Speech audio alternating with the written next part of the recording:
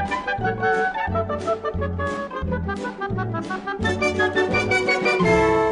welcome to the DVD Weekly Podcast Plus. What's happening? How are you, my brother? Doing good, brother. That's beautiful. Doing good. My name is Don. I'm Jarrod. Yes. With a D, not Jerry. Say it correctly. Jarrod. That's right. And this show's from March 7th. Holy hell. Yes. That's right. We are into March. We are marching on into March. The Leprechaun Month. That's right. And what color are we celebrating? I would hope it's green. And what color is in the drink that we have? Oh, right let's here in front of crack us? it. Let's just get it going. We're talking That's about true. We get the green Monster. monster. Oh, God. Oh, God. This is the original monster right here. All that other fluffy stuff is poop. Oh, no. Ought to mention a pineapple one. Like, Yeah. that sounds... Yeah. That could be amazing. This is the original. Oh, it's the OG, no doubt. But, man, I bet the pineapple one's tasty. Come on now. Oh. Sometimes when I take my first drink, it gives me an aftertaste in my mouth that reminds me of the smell of the poison we used to spray on the weeds. Jesus. Back in And Ohio. that's something you enjoy? I remember Absolutely. that poison spray. I don't get Yeah. that from this, but Yeah. I remember, being out on the wagon thing. Yeah, right. That's it. Yeah. Right, the big barrel in the back. I believe that was, what do they call that stuff? It's the stuff they found out was highly cancerous. Oh, is that right? Yeah. Oh, that's great. Yeah. Oh, yeah. And I used to, we'd be Yeah, waller deep in it. Right, you just Waller. walk through it as you're spraying all the weeds. Yes. Oh, that's glorious. Yes. Great. Rather weird week in the news. I caught a little too much into the news, I must admit. Huh. And I apologize because it was very disturbing. First of all, someone passed away. Uh-oh. All right?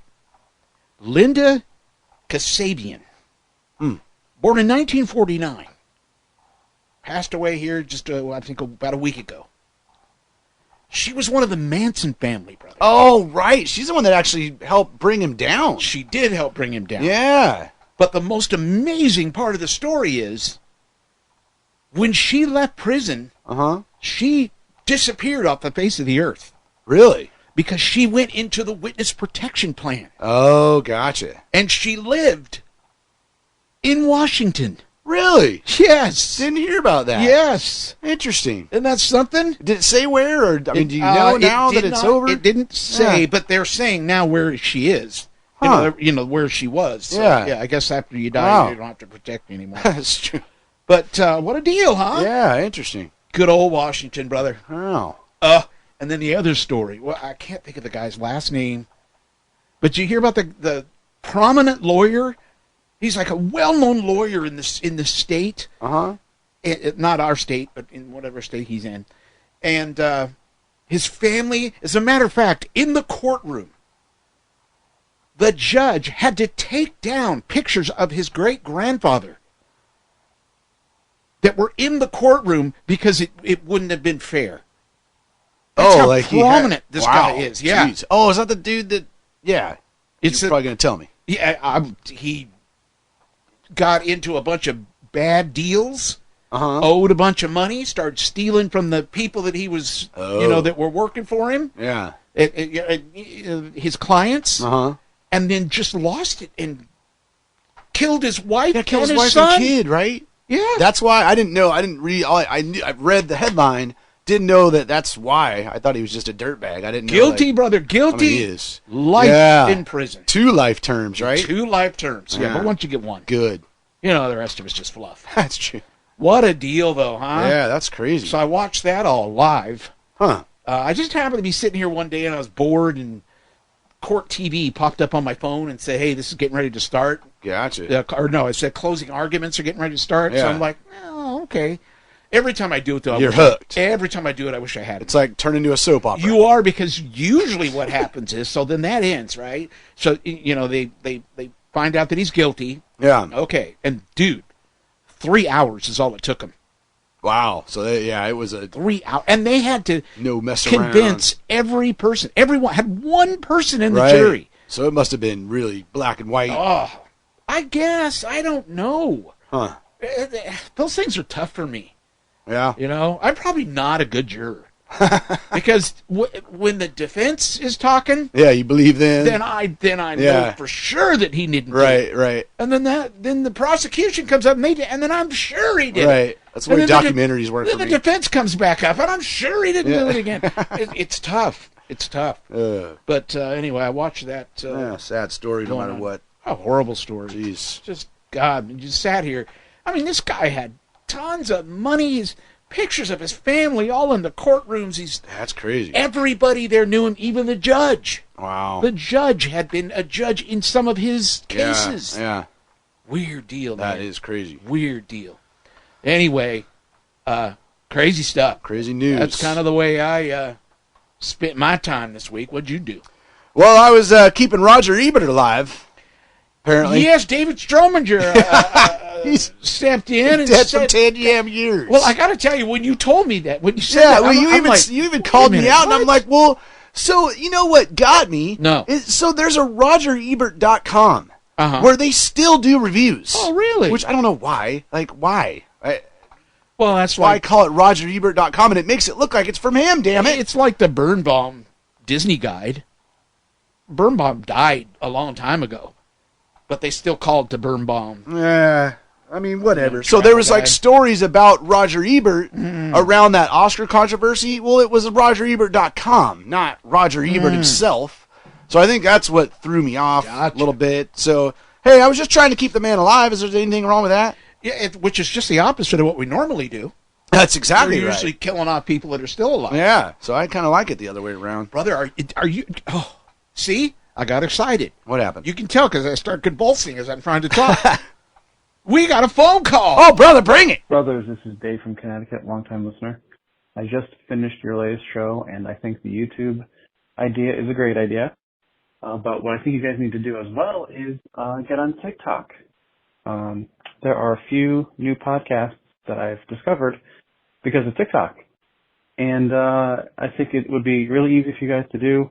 You wouldn't have to do your faces. You know, you just do like, there's one Star Trek podcast that I found on TikTok, and they just will show like a little snippet of one of the episodes.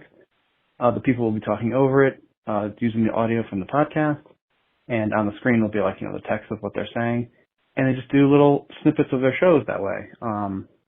You could even do something like the football thing you guys do, or you could do over under. You know, so you could do little snippets of the show and just have them on there, a different way of people getting exposure to the show. I think it might help. So just a thought, and I figured you guys are saying that people don't use the phone number anymore, so I figured I'd call real quick, and maybe you guys will like that idea. So have a good show. Thanks. Dave from Connecticut. Dave, I've never been to Connecticut. No, me neither. Wow. Got some good basketball there. Hey, some let me good tell you, college basketball. Nothing. First of all, nothing makes me happier than a phone call. Oh, yeah. Because it reminds me, even though I know, it reminds me people actually listen to the show. But to get one from somebody new. I love that. Long-time listener, too. Long-time listener. Yeah. Yeah. Dave, and welcome. bringing some good ideas. I've never, ever been on TikTok. I guess No, me maybe neither. I'm too old. I know you have to have snippets, little snippets. Right. which is But what I he's like talking the idea of like even just like over-under on there. We could do that. Right? Like, or like the little segments we do, like, you know, sports or whatever. I mean, like, you know, like the fantasy football stuff. But, you know, that's really only really important for the people in the league. But over-under, that makes a lot of sense. Yeah, that makes sense. I like that. And then I know you're working on the YouTube thing. More editing I think for me. That's right. We are sitting here right now. I've been doing a little experimenting on live streaming to YouTube. Yeah. And been live streaming Mouse Ears Radio ever since yesterday, pretty much. And just getting an idea of how to do it with the encoder and all that stuff. I'm working on this because this is a lot harder. Yeah. But as I work on this, I'm starting to see how we you could can put make it happen. Love it. Each episode of the DVD Weekly podcast on YouTube should be a piece of cake after I get this thing figured out. Oh, I look forward to that, then, brother. So this has been fun. I got kicked off already on YouTube because Mouse Ears Radio plays a Red Hot Chili Peppers song. Because they what is it? Space Mountain. I think it's Space Mountain. Was it? I mean, they used to be on the Or is it Walt the Disney roller World? coaster. Well, no, that's Aerosmith. No. I'm talking about not now. I don't know about now, but there was a time where weren't they on the roller coaster at California Adventure? Maybe. I'm almost positive they were. In fact, I think I wrote it when they were on the soundtrack. When it was their song. That may be the one. Yeah, I'm pretty sure. Yeah. What's the name of that coaster again? Well, when? Now? Well, now it's called the Indie Coaster. It is? Yeah, because it's themed to the Incredibles. What? Well, what does Indy have to do with the Incredibles? I'm sorry. Did I say the Indie Coaster? Yeah. I'm like, what? I thought I was thinking like Indy 500. I'm like, what have they done? That sounds great. No, I'm sorry. It's the Incredicoaster. Incredicoaster. Oh, yeah. Incredicoaster? Yeah, no, this was like the original one. The OG one. And then they had like the special times where they played different music on it, That was right? California Screaming. California Screaming. Yeah. Right. So, yeah, it played, and all of a sudden my station went boop, and took it off the air for a while. So, anyway, I'm learning. Nice. Yeah, no, that'd be great. That'd be great. Yeah. Brother, I'll tell you this. We're packing up the van tomorrow morning. Where are you going now? We are headed to Emerald City Comic-Con tomorrow, brother. You're going to that? Please Making don't it my happen. wife will hate me for not going. Oh. They wanted you to go. Didn't you say this is in the new? It is. It's in the brand new you said it wasn't ready Summit building. yet. It's not. I mean, it wasn't when I was there less than a month ago, and I kept thinking, wow, they're having Comic-Con here in less than a month? Like, they must have made it happen, but I guarantee you it's not all done. Like, No. But yeah, Comic-Con, we're doing it with the family, so it's going to be interesting, with the three little ones. Yeah. But, Quinn's going to wear her Frozen dress. Nice. Like a little bit of cosplay, brother. Nice. But yeah, looking forward to that. There's some good folks there. Yeah, like there Mark is. Ruffalo. Yeah. The Hulk. Yeah. He's there. Lori Petty from Tank Girl. You remember Tank Girl? God, and she was in League of Their Own and Point Break too. Reese Darby from Flight of the Conchords, their manager. Oh my God. Tom Skerritt, who he's local, but from an Alien, Top Gun, The Dead Zone. Katie Sackhoff. I didn't know he was local. Yeah, he lives around here. No kidding. Yeah, I saw him at a show. I actually sat really close to him. Don't remember exactly what the show was though, but it was at the winery at the Chateau Saint Michel. Yeah, nice. It was pretty cool. Katie Sackhoff's there from The Mandalorian, Battlestar Galactica. There's a bunch of Buffy the Vampire Slayer folks, not Sarah Michelle Gellar, not the main one, but there's other folks there. But they're the ones I'm most excited for. Twin Peaks, brother. Yeah. You got Ray Wise, Sherilyn Fenn, and Cheryl Lee. But then the people I'm most excited to see. Yeah. Scream. There you go. Right? You got Jamie Kennedy, Matthew Lillard, Skeet Ulrich, and Nev Campbell's there. I want it also so in the craft. bad. I've got a pop. Oh, yeah. That is worth money. And Oh, is it the Scream Pop? Yes. I have that one, too. That's like my number one pop. Really? Why did that get so... It's worth a ton now. Yes, it is. I have no idea. Boy, I didn't even think about that. Yeah, but would you want to do that, though? I know. I don't know. What I was thinking about, because I have just came out, last year. Yeah. The Scream box set vinyl. Oh, and I have that with a big ghost face on the front. Like, I'm still considering... It's $60 for Nev Campbell. Like, I'm not going to get all of them. See, yeah, and that... Plus, I don't have the time, and I'm going to be with the kids. The times have changed. Remember when we used to pay like $20? Yeah, Yes. I just looked at her, and it was $60. Yeah, and you can already buy the tickets. Yes. And so, which I guess that's kind of cool, so you're not just, like, standing there in line all day. Yeah, like I was when I met Elvira. My God. Right. Dude, yeah, and we've done that before with... Forever waiting. And she's only doing like hour and 10-minute blocks, and then she takes breaks. I think she does. They did the. I would have loved to have gone to it. Not really going to go to panels with the kids, but they did the Scream reunion panel today. Oh, how cool! Which I bet would have been a freaking blast to go to that, somewhere. man. I would hope so. Yeah. I would hope so. But yeah, so I'll have a little report on that next week. It's, like I said, with the kids, it's going to be interesting. That's cool. But hopefully they have a good time, at least just looking at all the cosplay and, all the toys that they have. It'll be fun. And the exhibitions and stuff. So, yeah, man. So looking forward to making that happen tomorrow. Brother, speaking of hobbies and the things that we love. Yeah. I've had a little pop problem lately. The Funko Pops, I just, they're all over the place. I mean, basically now. Every nook and cranny. I mean, when you walk in the living room, it looks like we're moving out. Mm-hmm. Because I have packing boxes that I had to fill with the ones that were overflowing. Right. All right. So I wish that there was just, I don't know, dude. I don't know. I can't, I'm running out of room. Right. Right? And we had a whole wall. Well, we still do. You still have a giant wall. Giant wall full of them. And I had to take those and turn sideways. Put them sideways to make more room. Broke my heart. Yeah. And, that was my idea. We went into a store. We went into Bobacon, which is a store. Right. And we saw that that's how they stored theirs. And me, stupid, I looked up and went, oh, hey, that's a cool idea. So I went home and I started doing it. It took us, Jeez, it had to have taken forever. It took 4 nights, I think. Took us 4 nights to get it done. And halfway through, I realized I didn't like it. Well, because you can't see the pops, right? No, because now you can't see the pops. Yeah. But unfortunately for me, Susan did like it. Oh, gotcha. So there I am. I think it looks cool. It looks Right. it looks actually a little bit even more organized. It does, yeah. But I get it. You're not actually seeing the pops. Right, You're yeah. just seeing the sides. But so I do have a pop display, like the displays you see in the store. Yeah. I have that off to the left. Right. So that's where I'm going to display the new ones, and Yeah. and they're in there correctly so you can see. Right. God, I still need to pick up those Pantera ones. I guess they sold out and now they're available again. Oh, really? Oh, God, I need it. Well, brother, let me show you something here. Have you seen the Harry Potter series? Ooh. Well, they've had so. I mean, can you imagine having every Harry Potter pop? No. There's hundreds of them by now. And not to mention, there's just no room, brother. Isn't that cool. the big deal? The Dumbledore Hogwarts Yes. with Hogwarts. That's freaking cool. Now, what is this? I wish you could. I wish everybody could see this when I do this. But I'm going to flip this over for Jared. Brother, my dream has come true. What's that? Look at this. Mini pops? They're Bitty called pops. Bitty pops. Well, interesting. But are they like the size of like the kind of the keychain? They've already done little ones, right? Dude, they're smaller than the keychains. Really? So are you going to get that into them? Hell yes. Really? Yeah. Now, of course, I'm not going to buy these. Right.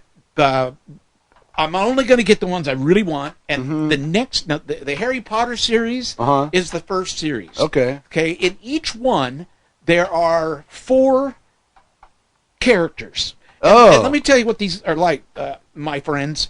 If you have somebody who collects like the little toys, they come in the little eggs, and you open them up, and then there's all these little tiny little boxes. You don't know what you're going to get. Yeah, there's a Disney Store one. There are all these little mini boxes of cereal and stuff. Yeah. This is what it is. Okay. So you get 4 in this case. Do you know what you're going to get? Yes, they're stackable cases. You do know what you're going to get, but it looks like there's one that could be a surprise. Gotcha. Right? And it's $15 for a row of 4. It's $15 for like a row of... So they're more than getting one regular pop, basically. No, they're right? about the same. About the same. Yeah, you're right. $12.99. $12.99 is usually the go-to, right? Dude, everybody's all about miniatures. That's true. Right? And they do take up less space. Yes, and they do take up less space. Here's, I'll show Jared a picture right now. There's a normal size one on the left, a keychain one in the middle. So they're like half the size of the keychains. Dude, they're just like How those. can they have a lot of detail when they're that small? I don't know, but I'm in. I'm in, brother. Huh. I am in. Interesting. After they do these first ones that are coming out. Yeah. And you can go to Funko.com. Just look up Bitty Pop, Bitty, and you'll see the pictures and everything that we're looking at. But Disney's next. Okay. So right now you can get the Harry Potter ones, and then how much is that Dumbledore with the castle? Go down, scroll down. Let's see what that. I know that's not a Bitty That's Pop. just a regular one. $35. $35. That's pretty cool with the Oh, castle, yes. dude. Damn. Yes, and That's sometimes legit. with Funko Pops, you can buy them, Yeah. and then as soon as you get them home, they're worth more. Oh yeah. Yeah. So that's kind of cool. Well, like I couldn't believe that Scream one. When last time I looked at my top 10, it was number 1. Yeah. And I was like, why? Like, Yeah. I don't really understand. That one just must have been out of print or out of. I have no idea. Whatever you call but it. I mean. Let me see if it's still my number 1. It is. Holy shnikes! How much is it worth? $460, dude. I have it just sitting out on my thing at work. That's great. My number 2 is Kobe Bryant. Nice. 240. That's beautiful, bro. Yeah. There you go. That is nice. Interesting. Yeah, that's good stuff. Our most expensive one is. Oh God, I wonder. It's Susan's Elvis. Oh, that makes sense. Beebida-bobbida-boo. Let's take a look at it, shall we? Let's just see how much that little baby's worth. God, I bet with the new Scream film coming out, like it's even going to keep going up. It's going to just keep going, yeah. Jeez. Let me. I need to get that thing back in its box and bring it home. Yes, you should. What is wrong with you? That's what I'm saying right now. Let me hit the My Stuff button and the collection. And it doesn't. I'll tell you in a minute. You do that. What else you got? You got anything else? I got sports. Go! Let's do sports! Let's take a look at sports. Only a couple things I wanted to call out this week. First of all, LeBron out for a minimum of 3 weeks. What happened? Hurt his ankle, man. Ooh. It's like a tendon in his ankle, and this is when the Lakers badly need him. Yeah. We're coming in, up to the stretch run to the playoffs. The Lakers are still on the outside looking in. When don't they badly need him now? Come on. Well, that's true. But I mean, especially now when they're not in the playoffs. Yeah. And they got a big game tonight. Luckily, they're going through a stretch of playing teams that aren't great. But still on the outside looking in with 20-something games left. They got to win these games without him if they're going to try and make the playoffs. So that's sad. And then Major League Baseball spring training has started. Neither of us are real big baseball fans. No. But I know people are, so. I'm a little more interested in baseball this year. Why? Because of the pitch clock. Have you heard about this? No. It's going to make baseball a little more exciting. A little bit, which it needs, dude. I mean, let's be honest. I don't give a damn if baseball is your number one sport. It's pretty damn boring. Right? I mean, sure, there's moments towards the ends of games that it gets super intense, but my God, the games are too long. Yeah. There's too many damn games, which I wish that's what they would fix. But this new pitch clock has cut the times of games significantly here in spring training. Here's what it is. Now they have a timer, 30-second timer between batters and a time limit between pitches. So after receiving the ball from the catcher or umpire, pitchers are required to begin their motion within 15 seconds with the bases empty or 20 seconds with runners on base. Gotcha. Then the batter must step into the box and be ready to hit with at least 8 seconds left on the clock. Violations by the pitcher result in an automatic ball, and by the hitter, an automatic strike. I dig it. It kind of, and I haven't seen any of the spring training games, but I guess it's created some excitement. Is it only for spring training? I don't think so. Yeah. I don't know though. I don't follow baseball closely enough, but I think maybe it's a trial, but from what I'm reading, they're using it this season, as far as I know. But it's cutting games by 30 minutes on average. Yeah. So instead of usually around a 3-hour game, these are coming in at a little under 2.5 hours, which is so much. It doesn't sound like a big difference, but it is. It's just going to make these games move a hell of a lot faster. Yeah. So yeah, I sure as hope to hell they do that during the regular season, but I guess we'll find out. But there you go. I like it. That is sports, bro. Oh, and F1 starts this Sunday. Oh, Bahrain look out. was watching practice today. It's on ESPN early Sunday morning. I love F1, man. I'm almost. Yep. I mean, NASCAR's my favorite, but I'm almost enjoying F1 even more. I love the cars. It's just it's a little bit more fascinating of a sport, and the cars are just incredible. Yeah. So yeah, that's kicking off on Sunday. So looking forward to that. Nice. Yes, sir. Thank you, brother. Let's get back to the little Funko now, shall we? Do it, brother. Here's my top 5. I'll tell you my top Do 5 Funkos. It also reminds me, it breaks my heart a little bit. Uh-oh. At number 5, Muscle Man from the regular show. Oh, really? I was a huge regular show fan. Yeah, I remember that. And I remember when the Funko Pops came out, I'm like, I need to get those. And I wanted the one that I really liked was the guy with the bubble gum in his head. Mm-hmm. The bubble gum balls, And I kept putting it off, putting it off. I ended up with everyone but him. Oh, jeez. And today, well, let me just give you an idea of what these are worth. Muscle Man. Yeah.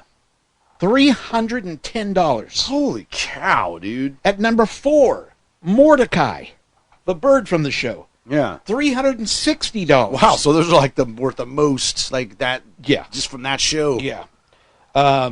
But the bubblegum, he's like almost at $500 now. Wow. So there's no way. I would never spend that much money on of one. course not. So I'm freaking heartbroken. Number 3 for us, the 1970s Elvis. Okay, yeah. At $440. $440. But I will tell you, we do not have the box for that one. Gotcha. Okay. And here's Ghostface, brother. Yeah. You screamed. You said 460, right? Yeah. Yeah, $460. But our number one in my collection, 1950s Elvis. Oh, yeah. $1,050. Holy cow! Yeah. Are you serious? Yes, sir. That's impressive. Yes. Jeez. Yeah, as I'm looking at the rest of my top 5, my number 5 you guys gave me, it's Slim. I want it back. Slim. Sorry. From Killer Clowns from Outer Space. Oh, and no. it was like the, let's see, that was a special one, too, because it was, why did it just leave me? Because it knows we're doing a show. What just happened? Because that always happens to me. That was weird. Yeah, it was a fall convention. Uh-huh. Oh, gotcha. Yeah. Then my number, that's $110. So mine are much lower than you on average. Number 4 is Chucky, the Bloody Chucky, nice. At $135. And number 3, I already told you Kobe and Ghostface were number 1. Number 3 was the very first pop I ever bought. Really? I was in Portland with my buddy. We were at a bar watching football, Sunday Ticket, and then I saw there was a collectibles place right next to it. So I remember during halftime of one of the games, I just ran in there. And this is when pops were really starting to take off. You know, you had already been into it. Yeah. And I saw Captain Spaulding from House of a Thousand Corpses. Nice. That one is worth $160. Nice. Yeah. How many do you have? How many do you have in your... Now, my collection. My number is correct in how many I actually have. Oh, you got to tell me your estimated value, too. So mine, I'll go first because mine's not as impressive. But I do have 112. Nice. With an estimated value of $4,261. That's nice, brother. Yeah. That is nice. Now, what you got? I have 753. Oh, Jesus. Wow. I would have never guessed I would ever. 7 times what I have. That much. Well, a net worth of $23,424. Wow. Damn, man. I wish I could have the money back. That is a solid collection right there. Yeah. Jeez. Isn't that crazy? Yeah. That's great. crazy. That's it's a fun collection. It is fun. But you know what? I'm all for the little ones. Yeah, it's interesting. Although, I guess I would buy a few. How long can I get interested? I mean, they're not real. They're so small. Yeah, and they are. I bet they're. When you get them in hand, you're going to be like, what? They are bitty pops, like it says. Yes, bitty. they are. Itty bitty. Well, I mean, again, look at the difference in the keychain ones. Yeah, because the keychain ones are small. Yeah, they're like yay high. Right. But, oh, my God, dude. Well, the keychain ones, to give you an idea, they're about 1.5 inches tall. Right. Okay. They're like the ones that are in the advent calendars, too, right? Aren't those like the keychain size? Yes, yeah. The bitty pops are 7/8. 7/8 of an inch. They're not even an inch tall. Wow. Oh, that's crazy. Brother, it's time for Disney 100. Bring it. Yeah. Well, you know what everybody's talking about this week for Disney. I do. The Haunted Mansion, brother. Oh, God. The movie. Jesus. Oh, good. So did you see the trailer? Yes. And what you think? So disappointed. No, you're the first person I've talked to who's disappointed. What? Yes. It just looks dumb again. It looks like another dumb-ass version of it. But to me... Haunted Mansion should be scary. Did you read what people are saying about the trailer? I just saw what I saw, and I'm like, oh, this is going to be another crap fest. They were saying that this is going to be a gateway movie to a gateway horror movie. And they're hoping it'll bring back the gateway horror movies again. I guess I don't hate that idea. Somebody said it's more chilling and threatening than the previous movie, which I totally agree. Oh, God, I would hope. The first one was so bad. Yeah, it was dumb. So bad. I'll tell you what turned me off, and that was the picture of Madame Leota. That even kind of... We all got excited about it, and then Susan came in later that night as I was doing research for the show and researching the Haunted Mansion. And just as I looked up and saw the picture of Madame Leota, and I'm like, wait a minute. And Susan walks in and goes, have you seen Madame Leota? I'm like, yeah. Yeah. So directed by Justin Simeon. I don't know who that is. You don't? No. I should have wrote down who he is. But it's got some good people in it. How about Rosario Dawson? I like her. Newcomer, Chase Dillion. He's the boy in it. Owen Wilson. Yeah, which that scared me a little. It doesn't help me. Yeah, when I saw I don't hate the guy, but there's a couple of people in here. He's just a doof. Yeah. Like, so that I just feel like that's just going to add just dumbness to the film. Sorry to Owen Wilson. I know he's been in some great stuff. And a lot of films I do really like him in, but he's just like, I don't want him in Haunted Mansion. Yeah. Let me just put it that way. Well, we're not done yet. But I get you. Guess who's going to be in this movie, brother? Who? The Hatbox Ghost. That's cool. Played by Jared Leto, brother. Jared Leto's phenomenal. Hell yeah. He's phenomenal. That's gonna How the hell they get Jared Leto? I don't know, but I've seen little fast clips of the ghost. I've watched it frame by frame, and people are already starting to pick out all kinds of What is this out? Or are you going to get to that? Oh, I'll get to that. Okay, good. Jamie Lee Curtis is Madame Leota. Mm-hmm. Okay, I must have missed that. Yeah, Jamie Lee Curtis, Madame Leota. Dan Levy is in this. That's cool. Tiffany, is it Haddish? Haddish, yeah. Make sure I say it right. And this last person, who when I heard this person was in it, I'm like, oh no. Danny DeVito. Oh, right. Exactly. That turned me off. Yeah, exactly. Me too. And again, I in the trailer, he wasn't bad, actually. Yeah. The movie looks like it's going to be silly fun at times, but it's also going to be kind of scary at other times. Well, I hope so. Right? I hope so. And I do too. I guess I'll give it a shot. Yeah, I do too. I'm looking forward to it because it does definitely have a horror feel to it. Okay. Whereas the Haunted Mansion... Can I admit that I saw the trailer without audio and on my phone? Oh, no, you need to see it with the audio. Because we were watching TV and I was like, oh, and it just started rolling and I kind of... But then I saw the people and I saw Wilson, I saw Danny DeVito and I'm like, this is going to be dumb. Yeah, you need to hear it. The people that have seen pieces of this thing are really excited about it. Huh, well, so we'll see. It releases on July 28th. Okay. I wish Guillermo del Toro would have done it. Wasn't there a time where that was in the talks? Yeah. Can you imagine him doing a Haunted Mansion film? What does that tell you? Oh, man. Yeah. Right. Yeah, exactly. Because guess what? Wouldn't have been I guarantee you he wanted what we wanted. Yeah, exactly. Yeah. Exactly. Yeah, absolutely. And he still would have had fun. I mean, I still think... Oh, yeah. It wouldn't have been this terrifying film, but, oh, man, just the attention to detail. Yeah, I agree. Oh, come on. I agree. But whatever. But it's it's so hard, and I kept thinking, how would I do this film? And then the next thing that comes up is, how can you do this film? Yeah. How do you portray the hitchhiking ghosts and not portray the silliness of it? Right. How do you portray the singing busts? Mm-hmm.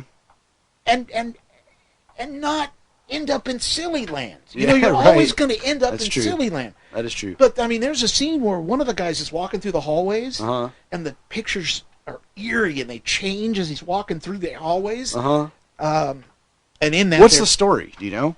You know, and this is another thing that bothered me. It's the same damn story as the first one. They're trying to sell the house. Oh, gotcha. And they have to get rid of the ghosts. Interesting that they would come up with the exact same story.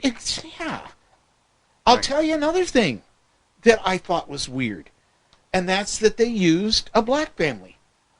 I thought that was really weird. Why do you think that's weird? Because they did that the first time.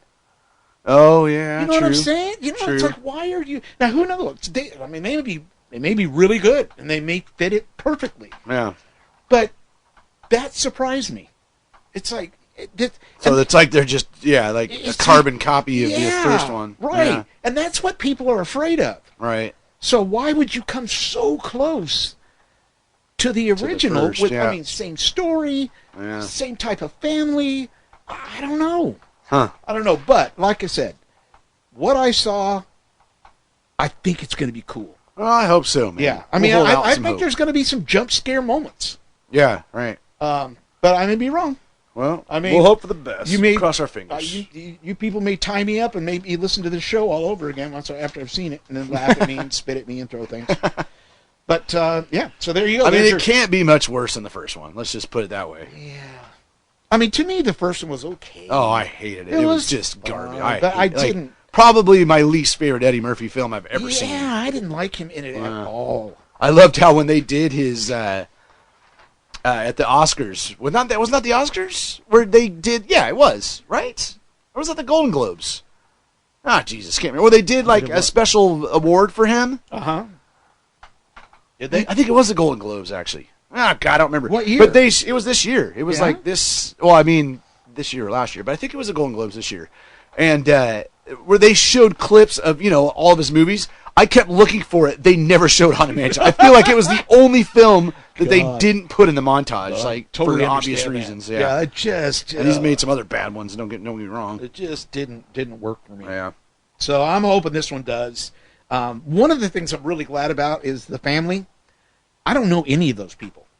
Gotcha. Right. So that helps. Yeah, it does. Whereas in the first movie, I so much about him. Right. About Eddie Murphy. Eddie Murphy. Thank you. Eddie Murphy is Eddie Murphy in every movie he does. Yep. So that didn't help me get into that movie. Whereas I don't know these. Gotcha. Is it 3 people or 2? Tiffany Haddish is in the family, though, right? You just don't know her. So it doesn't tell me. Gotcha. But I don't know him that well. Yeah, sure. So, and I've seen the little boy. He looks really good. Gotcha. Yeah. So anyway, it could be fun, brother. It better be, damn That's it. my Disney 100 report for this Haunted week. Mansion right, damn it. Yes, I agree. Yeah. That's going to roll us into music, huh? All righty. Rolls us into music. We got a couple to mention before the top 5 this week. I just realized something. What happened? No, I guess I didn't for a reason.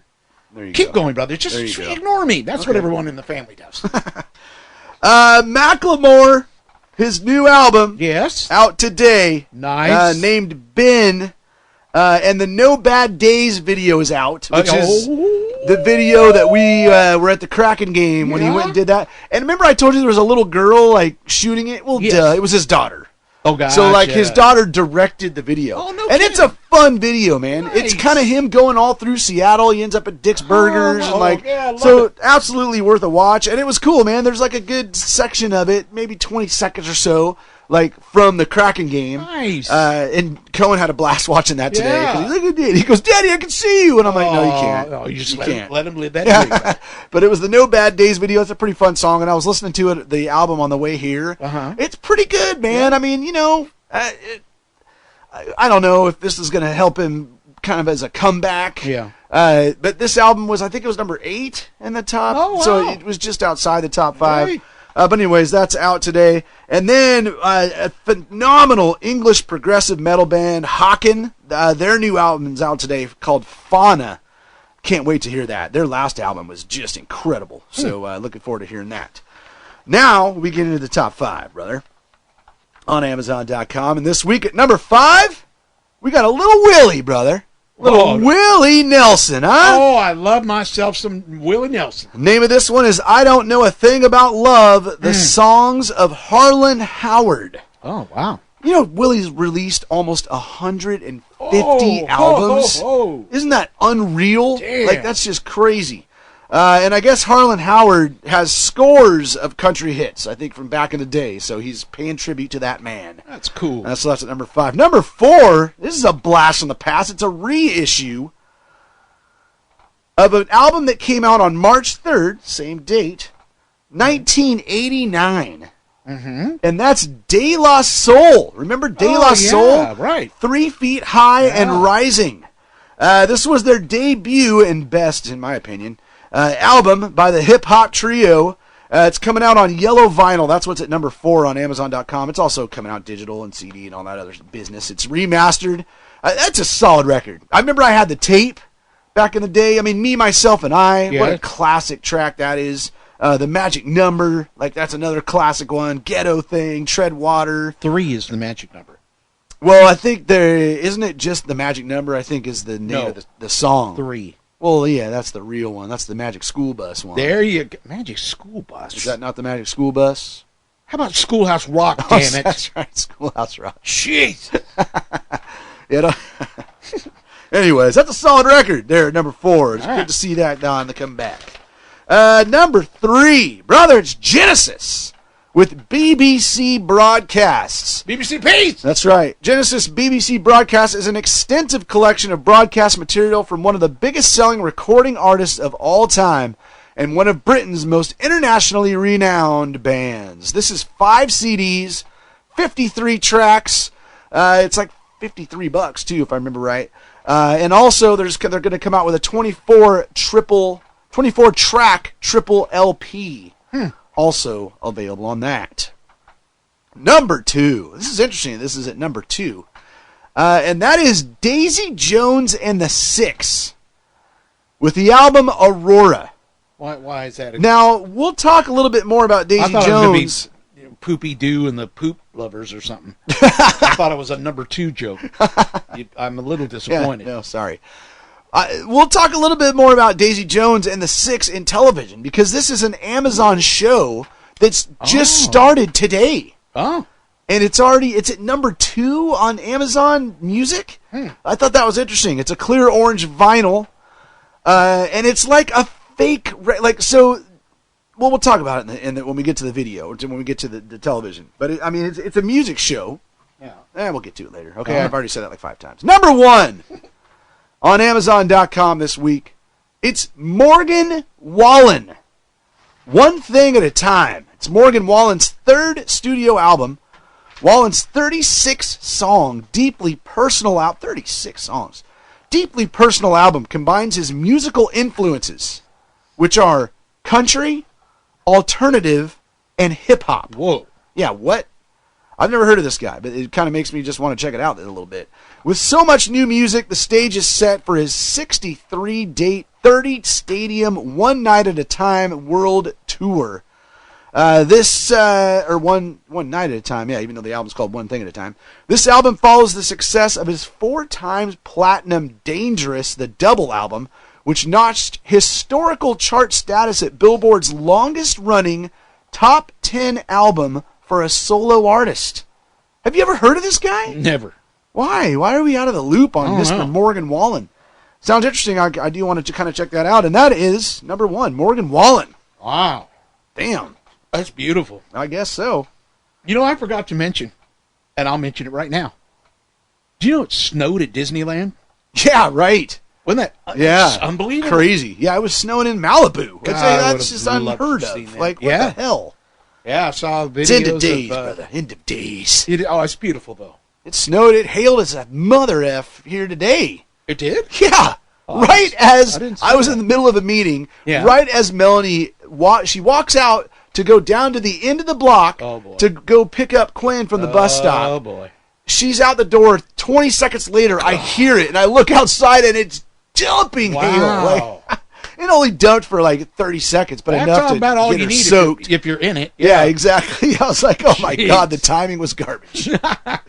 But, yeah, crazy weather out there in Cali they had. Yeah. You got any music, or are we rolling into the boob tube? Let's roll into whatever it is you just said. The boob tube / the streaming. Yes. All right. Yes, where Last of Us just continues to dominate. God, I love that show, brother. But I'll move on, because we got new shows coming out this week. Yes, we do, brother. And whoa, is Pedro Pascal dominating right now.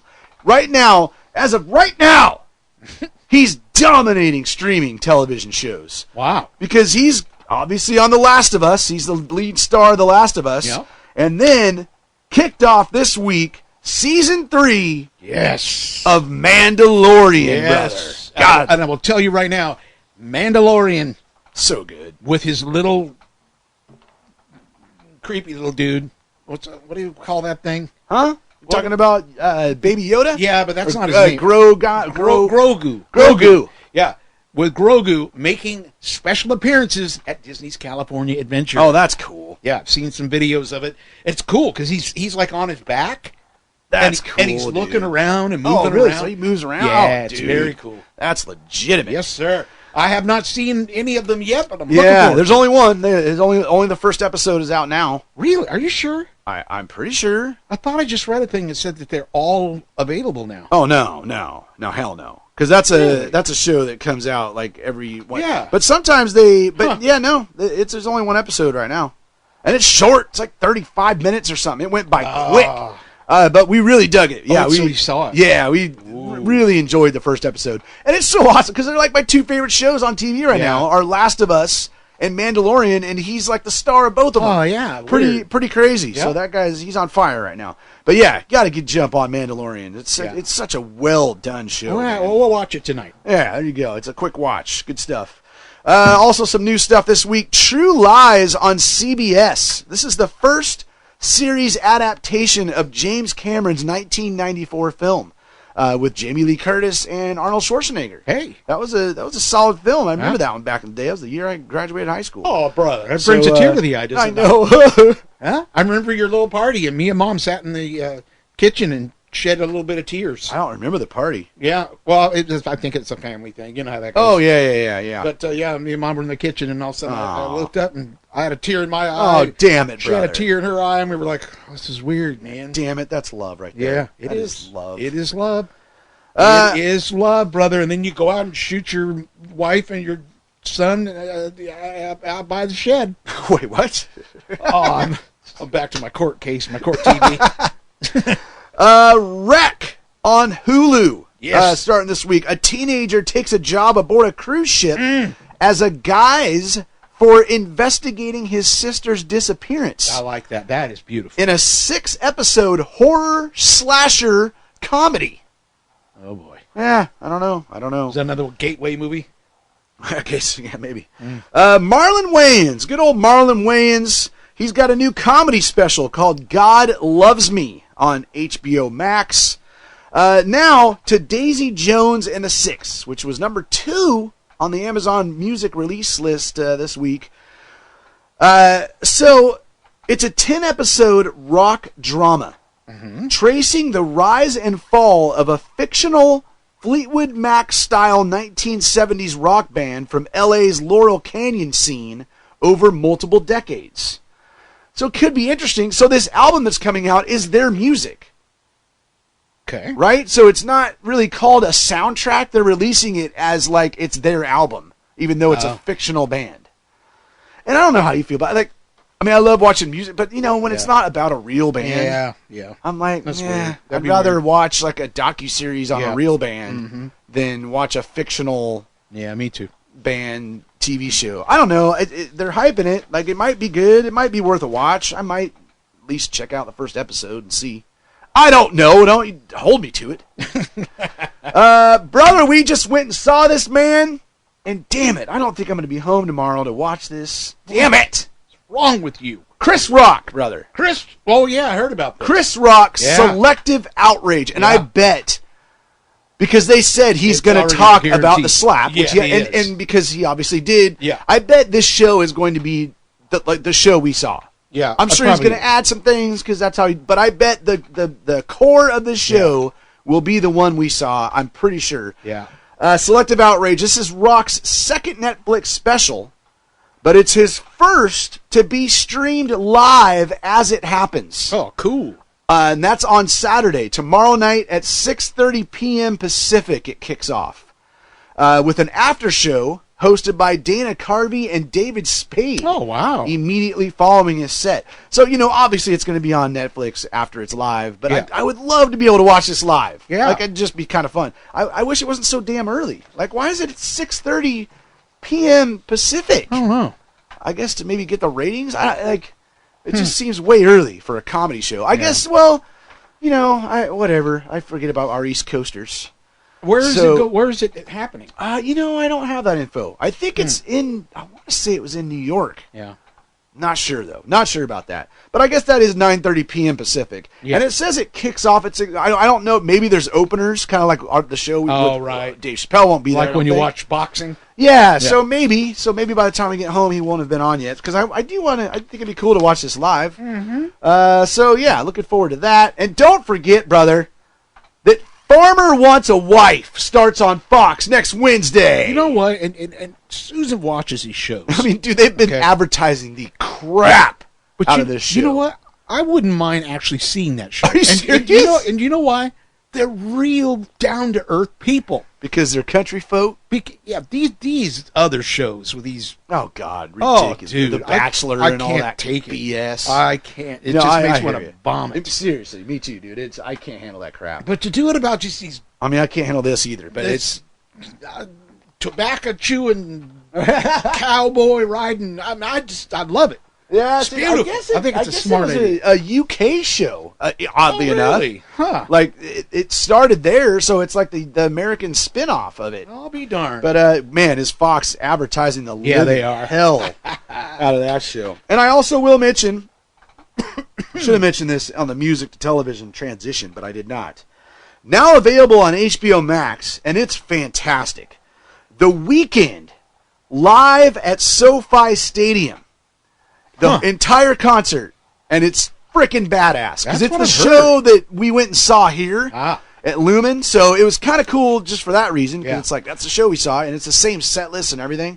But yeah, and it's shot really well. He sounds great. I mean, if you like The Weeknd, you would love this. It also it came out on digital music.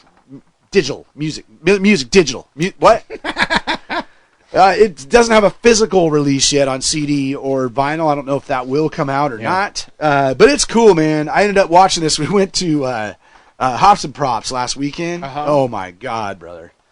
So much beer. So much beer. And, to where, too much. So I got home that night. I asked Susan, I said, so how did he look? She said, well, he didn't come in the house. Yeah, well, no, I was across the street still drinking. That's what I don't know why. We got back and our neighbor's like, well, let's keep it going. And I'm like, okay. And that just put me over the. Oh, dude, Sunday the struggle was real. Yeah, Melanie was out in the limo on the way back because our neighbors rented a limo. So we had it was 2, 4. There was 8 of us.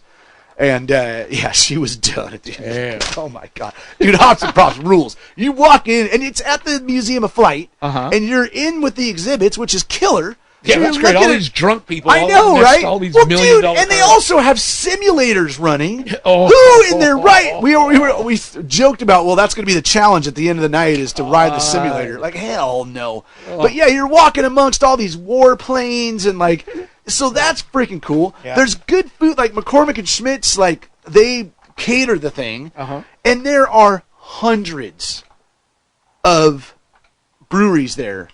And you just get a wristband, because, some beer things you go to and you get 10 pogs, and you got to buy a wristband and a straw. A wristband, and they give you a pint glass, and it's just nonstop. It starts at 7, ends at 10, and it is just beer drinking from 7 to 10. 7 p.m.? 7 p.m. to 10 p.m. It is just, and you don't want to stop because you want to try the different beers and oh, God. So I was going there because when I finally got home, I was like, I can't just hop into bed. I need to chug some water. And that was the night that the Weeknd, the Live from SoFi had kicked off.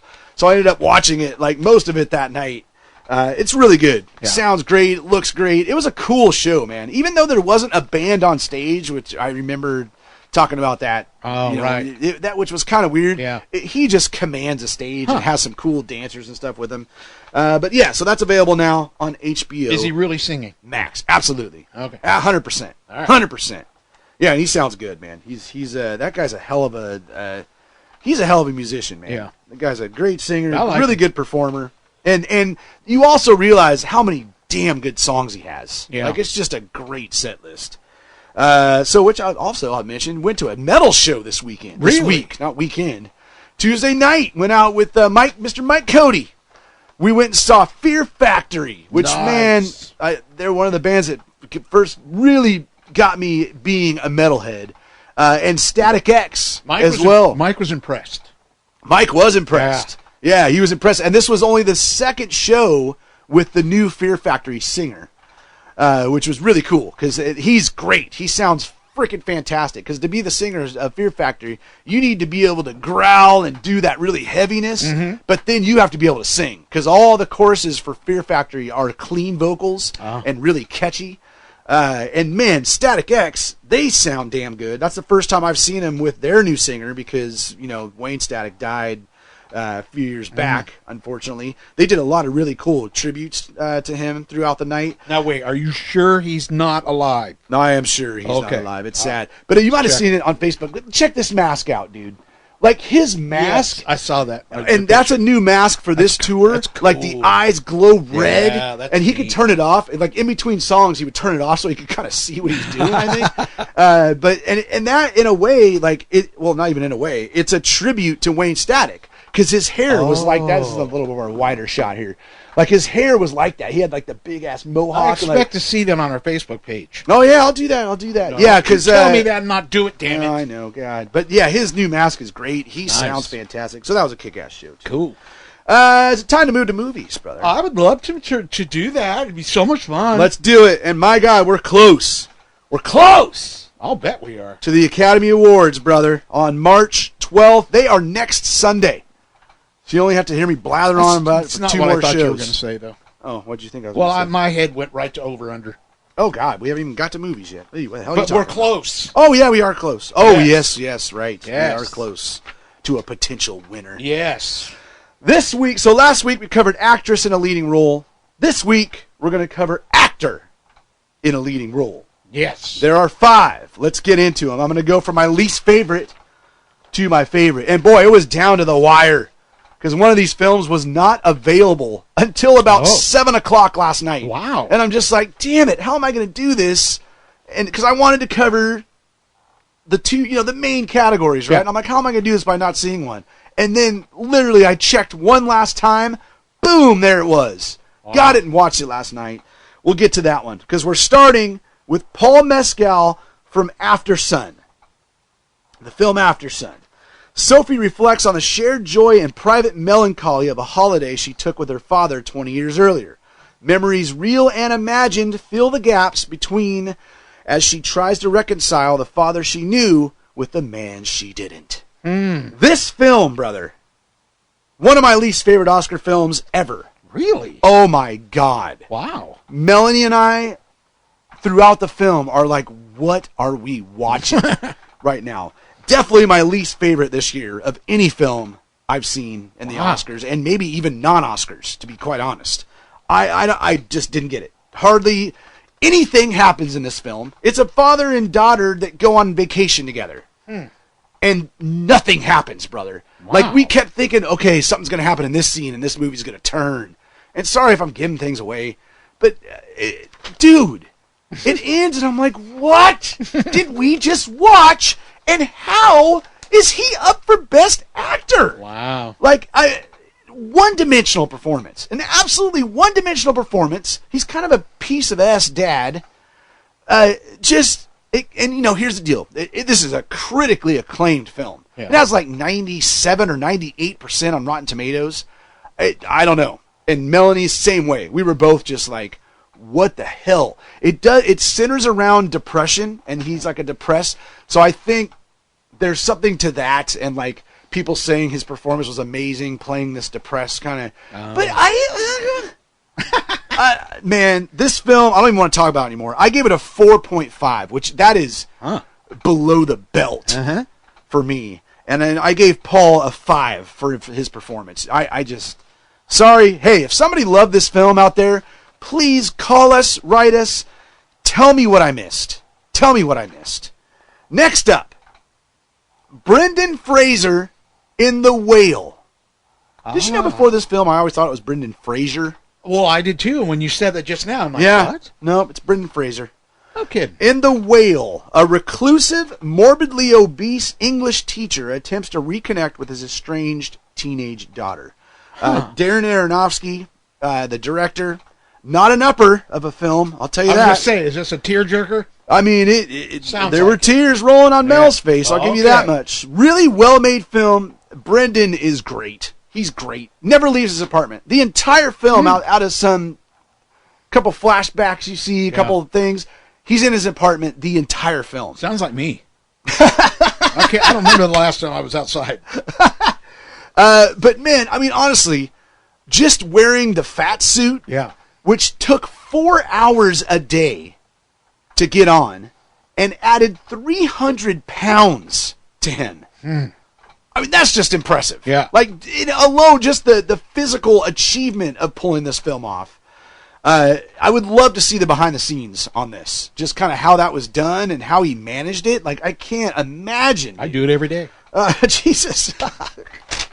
I'll just get up. You're not that big, brother. I have learned a way that you can put your elbow on your bed, and then you take your hand and you cup it into the right here, between your thumbs, and push, and that'll help you get out of bed. Is that right? Yeah, and then once you get up there, you grab onto the printer, which is right next to me. Oh, Jesus. Because you're going to be dizzy, right? Well, and then sometimes the knees give out. I don't know. Oh, my God. I don't know if you knew that or not. Well, he's got, like, hooks and pulleys to help him get, like, it's a pretty devastating movie. Why didn't I think of that?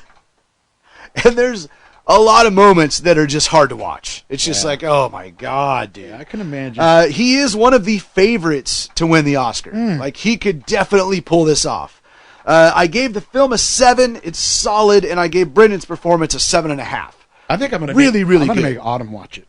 Oh, yeah. Because she's always making fun of me being fat. Oh, yeah, there you go. Yeah, maybe this will just knock that crap off. It might just do the trick. Because, nobody makes fun of me more than I do. That's true. That's why everybody else just does it, too. That's true. It's like, I don't know. He doesn't care. Okay. If the fat fits, wear it. Sorry. Number 3 on my list is Colin Farrell for The Banshees of Inisherin. Talked about that film quite a bit. 2 lifelong friends find themselves at an impasse when one abruptly ends their relationship with alarming consequences for both of them. This is nominated for 9 Oscars, including Best Picture. Colin is great. Just great. I mean, just getting crapped on by the person who he thought was his best friend, and you can see and feel the pain he's going through. Like, he is fantastic. Like, one of the best.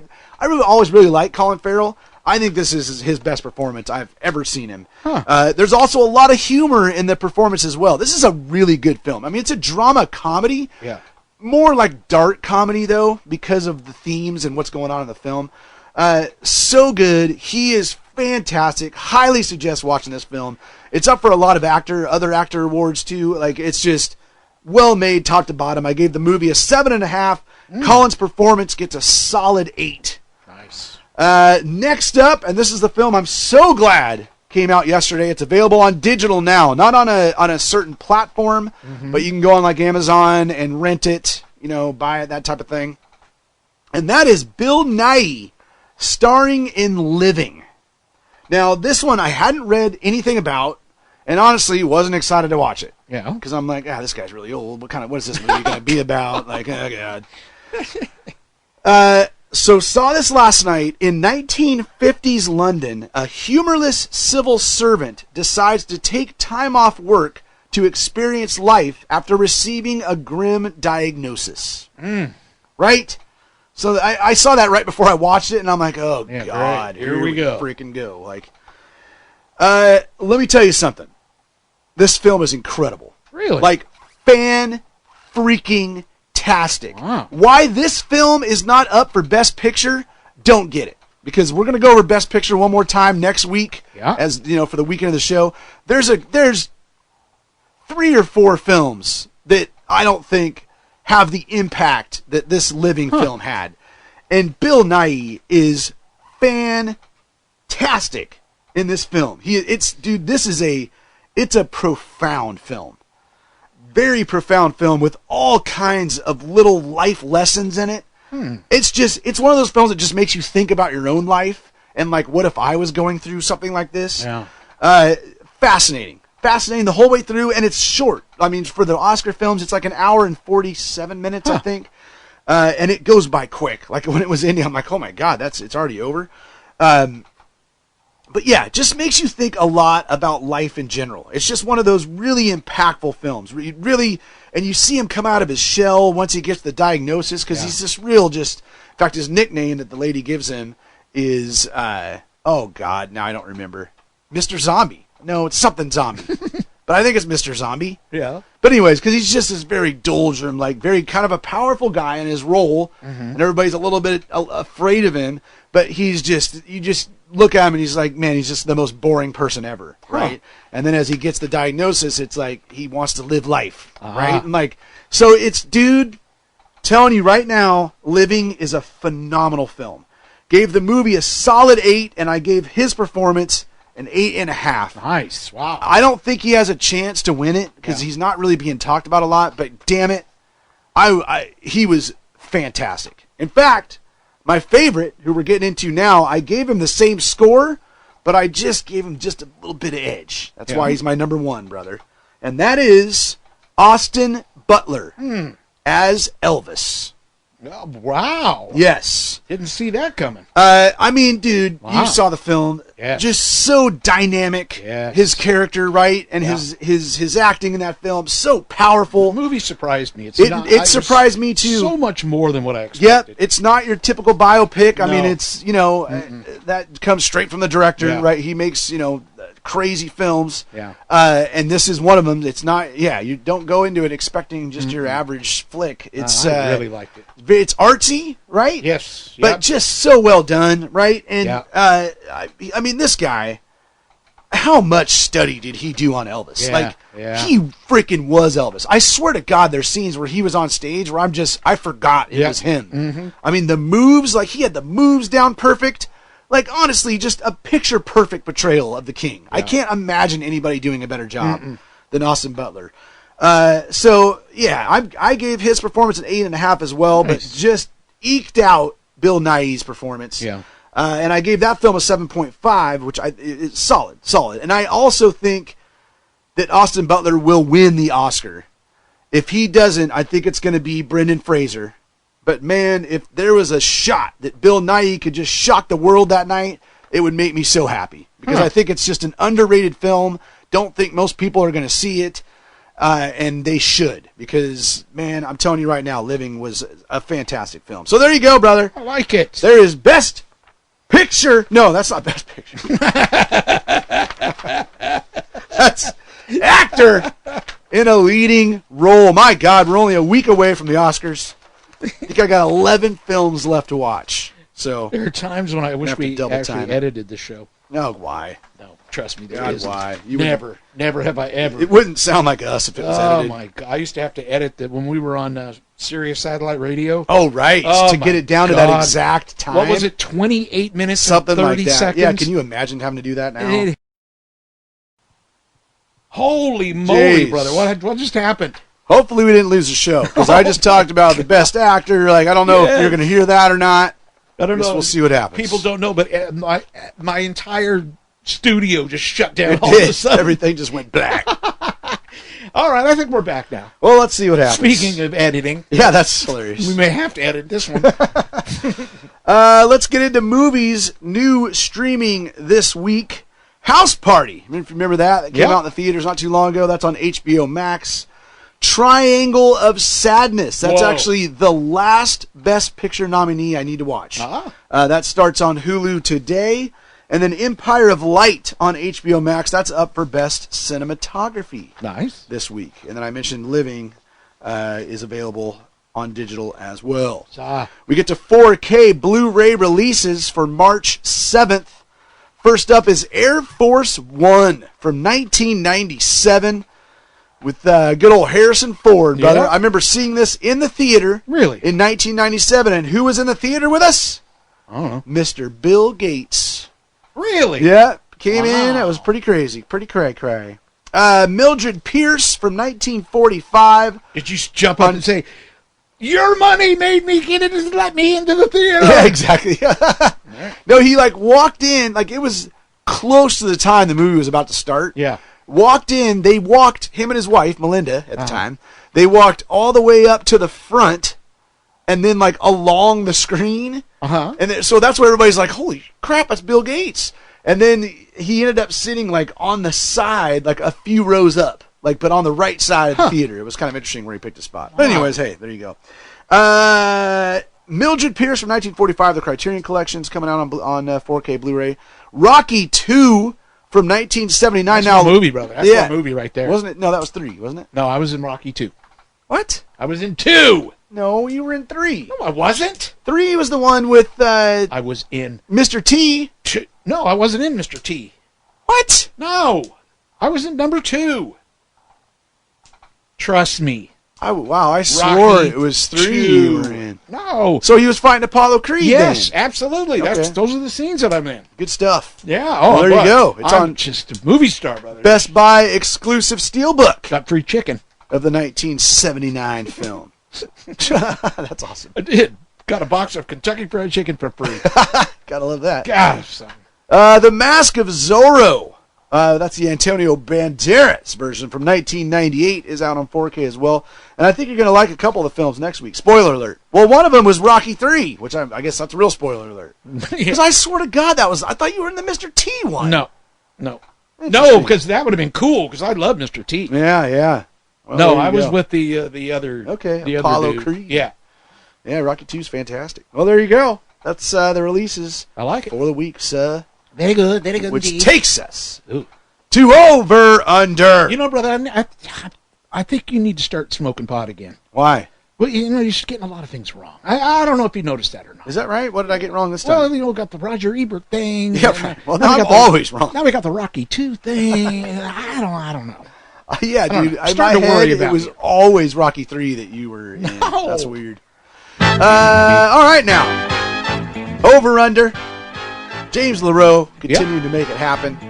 And we have got, now, she couldn't win it. She can't win it last week. Mary Wilkerson had the 2-point lead. Yeah. She had 22 with a 2-point lead going into this week, or this last week. Jesus Revolution was the first film, which was expected to make $10 million. Yep. I said under. Yes, sir. You said under. Yes, sir. The actual was 15. Got to be kidding. Right? 15.9. It was over. Jeez, whatever. Then next up, looking forward to seeing Cocaine Bear, brother. Cocaine Bear. Funko hasn't popped. Are you serious? Yes. Of the bear? Of the bear. Oh, that's classic. Yeah. That's good stuff. Expected to make $13.7 million. I said over. You said under. And the actual was 23.3. It killed X. Brother, it had a Super Bowl commercial. You got to remember that. There's that many people watching the Super Bowl. That helps. It's better than Happy Meal toys. 23.3. What in the hell are you talking about? There was a commercial for Cocaine Bear during Super Bowl. Oh, I talked about that last week as one of my right. reasons for it to go over. That's right. But it just blew away I get expectations. it, blow. I get it. So, because of that, Mary Wilkerson leads all. She got one right last week. She's got 23. Oh, my But goodness. now, she's got a 3-point lead because the people that were 2 points behind her got both of them wrong last week. So she's got a 3-point lead over 3 others. She's got this. Yeah. She's got it. We'll see what happens. We got 3 films out this week. She only needs 2. She gets 2, it's over. Nobody can catch her. Has she ever won before? She has. She has. I want to. You know what? I need to go back and That would- it's that gonna would take be some time to so I know that you're a 4-time champ or Yes. you're a first-time winner. I just need to do it. But holy hell, that's gonna take some work. Now here we go. We got 3 films. After the Academy Awards, and then you got all that. That's a good point. That's time going to to- free up a lot of time. Yeah. No question. You're going to be walking around the house going, "What do I do now? I know. What should I do now?" That's true.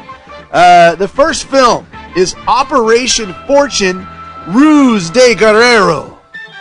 I kind of did these not knowing what they were. And I didn't look them up. I did too, because I did that last night. Because I realized. I've never heard of this. And then I saw what it was, and I'm like, damn it. Oh, see, that's what I. Well, I just didn't realize what it was until I looked into it today, and then I was like, "Oh God, yeah." So it's the new Guy Ritchie film, for God's sakes. Special Agent Orson Fortune and his team of operatives recruit one of Hollywood's biggest movie stars to help them on an undercover mission when the sale of a deadly new weapons technology threatens to disrupt the world order. Starring Jason Statham. I'm guessing he's the big movie star because he's the big action star. He's a big movie star. That's right. Aubrey Plaza, Hugh Grant, Josh Hartnett also in the film. 55% on Rotten Tomatoes. Not great. Not great. With an estimate of $4 million. And I went under. I went under as well. Still feel decent about that. Yeah. Next up, brother, it's Demon Slayer God. to the Swordsmith Village. What? Some anime there. Some anime for you. This was not on Rotten Tomatoes as an official score yet, but there were 2 reviews, both positive. 10.8 is the estimation. I'm thinking with Emerald City Comic Con this week, it's not going to go over because everybody's going to be at Comic Con. Well, yeah, here in Seattle. Yeah, but everybody comes to it. It doesn't matter.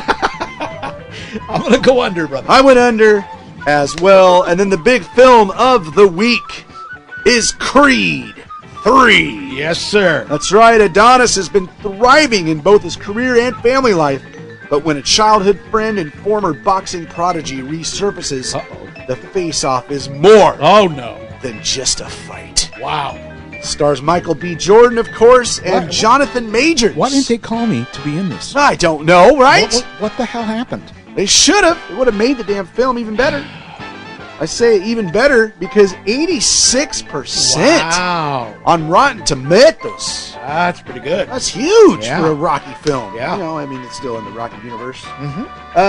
43 million is the expectation. I don't remember what I said on this. You said the same thing I did. I did under. Which was under. Yeah. I'm going under. We'll under. see. I guess I wouldn't be super surprised if it goes over. There's been, again, I think there was something for the Super Bowl on this, too.